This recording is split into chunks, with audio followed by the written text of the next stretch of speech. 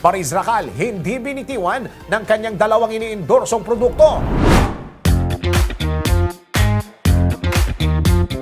Para sa aking balitang showbiz, bagamat may mga endorsements si Maris Racal na umatras at tuluyan ang tinapos ang kailang relasyon, dalawa naman sa iniindorsong produkto nito ang di bumitaw sa aktres. Nangyari ito matapos masangkot si Maris sa hiwalayan na aktor na si Anthony Jennings at non-showbiz girlfriend nitong si John Villanueva, kung saan naglabasan ang kailang private conversation na may kinalaman sa drugs at sex. Sa Instagram story ng Snail White Philippines, isang skincare company, kumuha ito na isang verse sa 1711 poem na uneasy on criticism na to err is human at to forgive is divine, at sa kanila dinagdagan ng mga salitang keep glowing. Isa pa sa nanatiling sumusuporta kay Maris ay ang Bello Medical Group, kung saan na-quote pa si Vicky Bello ng, "Of course, she's a Bello baby and therefore family. We love her." Ilan naman sa mga produktong umatras na kay Maris ang beauty cosmetics at personal care na Dazzle Me, habang kumalat naman kahapon ang pag-atras na rin ng Mang Inasal, bagamat hindi pa ito